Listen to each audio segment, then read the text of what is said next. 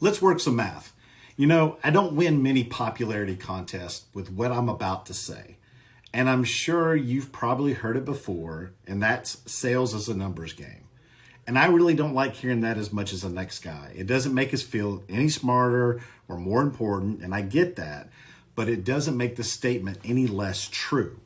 The math works.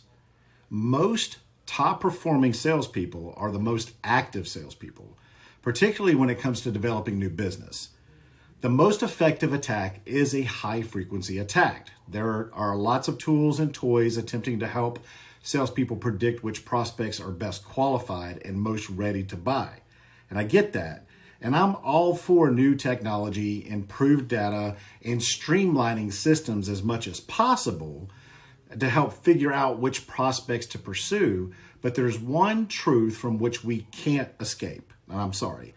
But the more prospects we meet from our strategically chosen, focused, finite target list, the more opportunities we are likely to uncover. You have to remember, we're not trying to just chase everybody down that's just walking down the street.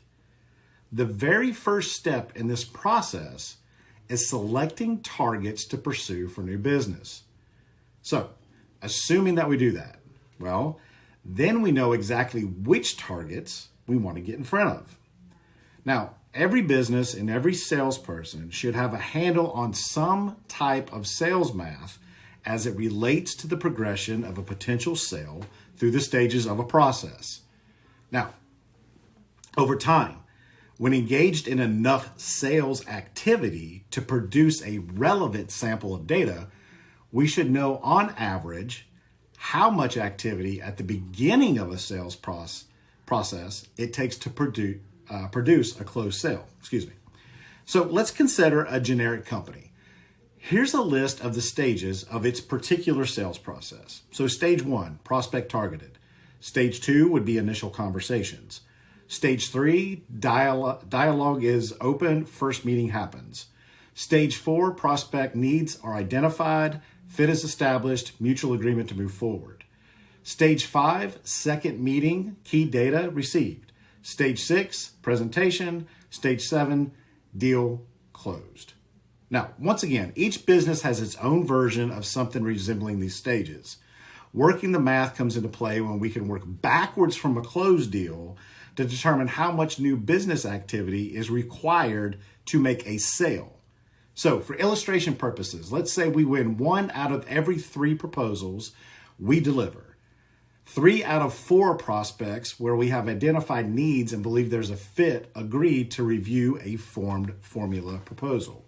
Okay? Now, if we continue to work backward, history shows that 2/3 of the prospects with whom we conduct initial meetings or have meaningful conversations with will move to the next step. And finally, our data shows that half the prospects we have a first conversation with will agree to an initial meeting. So, just for shits and giggles, let's say that our sales goal this season is to close 12 new deals. Well, if we play out the math from the end and work backward, this is what we should expect in terms of activity. 12 closed deals requires 36 proposals delivered if we win 1 out of 3. 36 proposals requires 48 opportunities that reach stages 4 and 5.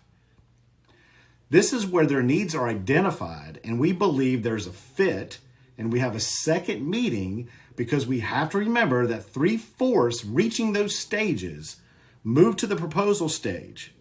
So 48 prospects with needs identified require 72 initial meetings.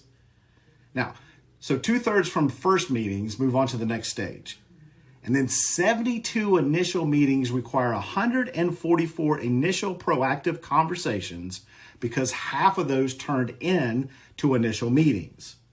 Now, I just said a lot, and obviously this math will be different for every business, and it's easy for cynics to poke holes in this example. I get it, understand it, but the point still remains.